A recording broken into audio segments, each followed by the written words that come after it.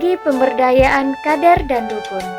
Dikaitkan dengan konteks pekerjaan sosial, pemberdayaan dapat dilakukan melalui aras atau mata pemberdayaan.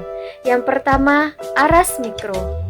Pemberdayaan dilakukan terhadap klien secara individu melalui bimbingan, konseling stres manajemen, dan kritis intervensi. Yang kedua, aras mezo. Pemberdayaan dilakukan terhadap sekelompok klien. Pemberdayaan dilakukan dengan menggunakan kelompok sebagai media intervensi. Pendidikan dan pelatihan dinamika kelompok biasanya digunakan sebagai strategis dalam meningkatkan kesadaran, pengetahuan, keterampilan, dan sikap-sikap klien. Yang ketiga, aras makro. Pendekatan ini disebut juga sebagai strategis sistem besar karena sasaran perubahan diarahkan pada sistem lingkungan yang lebih luas.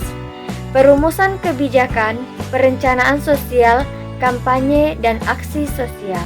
Kesehatan masyarakat adalah laki-laki maupun perempuan yang dipilih oleh masyarakat dan dilatih untuk menangani masalah kesehatan perseorangan maupun masyarakat untuk bekerja dalam hubungan yang amat dekat dengan tempat-tempat pemberian pelayanan kesehatan.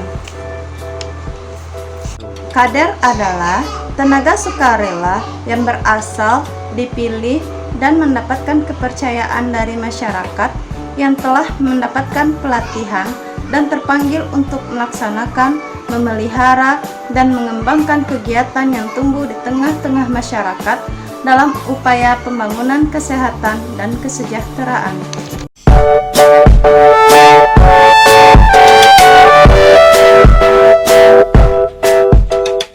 Jumlah kebutuhan kader dan dukun berbeda pada setiap wilayah. Hal itu terjadi karena kebutuhan dan keberadaan kader serta dukun bayi tiap wilayah berbeda, disesuaikan dengan kondisi dan keadaan di masyarakatnya.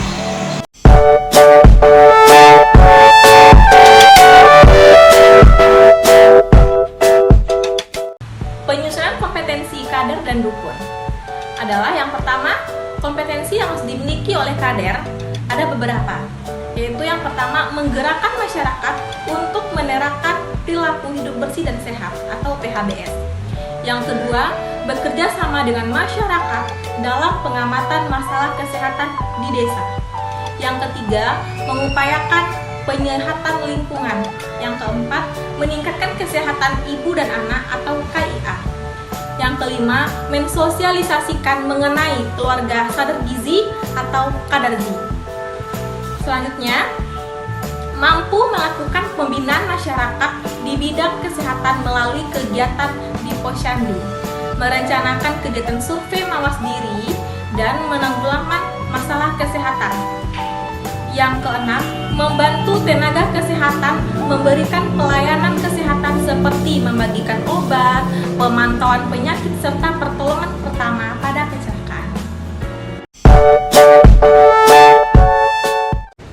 B. Kompetensi yang harus dimiliki oleh dukun bayi. Yang pertama, kehamilan. Mengusahakan para ibu hamil di wilayahnya untuk memeriksakan diri ke tenaga kesehatan terdekat dengan memotivasi ibu hamil saat kunjungan rumah, mengobservasi ibu hamil dan mengetahui secara dini kehamilan dengan resiko tinggi untuk dirujuk segera, membantu tenaga kesehatan untuk menanggulangi masalah pada ibu hamil seperti anemia pada ibu hamil dengan membagi tablet FE. Yang kedua, persalinan. Merujuk ibu yang akan melahirkan ke tenaga kesehatan di fasilitas pelayanan kesehatan agar pertolongan persalinan dilakukan secara bersih dan aman. Yang ketiga, nifas dan BBL. Melakukan perawatan tali pusat dengan baik dan benar, serta mengajarkan pada keluarga bayi. Membersihkan tubuh bayi dan menjaga agar tubuhnya tetap hangat. Memotivasi ibu untuk menyusui secara eksklusif. Membantu ibu melakukan perawatan payudara dengan cara menyusui. Mengenali tanda bahaya nifas. Memotivasi ibu tentang gizi ibu hamil, bayi dan anak, pemberian ASI eksklusif, KB, imunisasi, dan kebersihan diri. Yang keempat, lain-lain. Yang pertama, membantu tenaga kesehatan untuk melakukan pencatatan dan pelaporan setiap persalinan dan kematian ibu dan bayi yang ditemukan. Yang kedua, membantu tenaga kesehatan untuk melakukan penyuluhan kesehatan di masyarakat.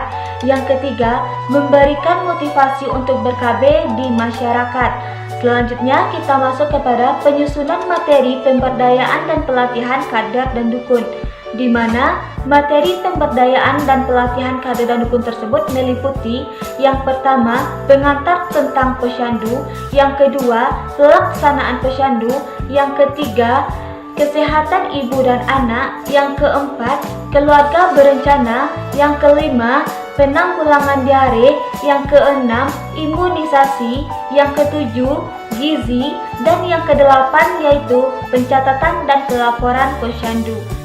Materi pelatihan pada pemberdayaan dukun bayi meliputi yang pertama adalah struktur dan fisiologis sistem reproduksi secara umum, yang kedua pemeliharaan kesehatan pada ibu hamil, yang ketiga yaitu adalah pertolongan persalinan yang aman, yang keempat asuhan pada ibu nifas, yang kelima asuhan pada bayi baru lahir, yang keenam bekerja secara aseptik, yang ketujuh penyuluhan kesehatan yang secara umum, yang kedelapan penyakit yang pada umumnya mengganggu kesehatan ibu dan bayi, yang kesembilan cara merujuk hasil.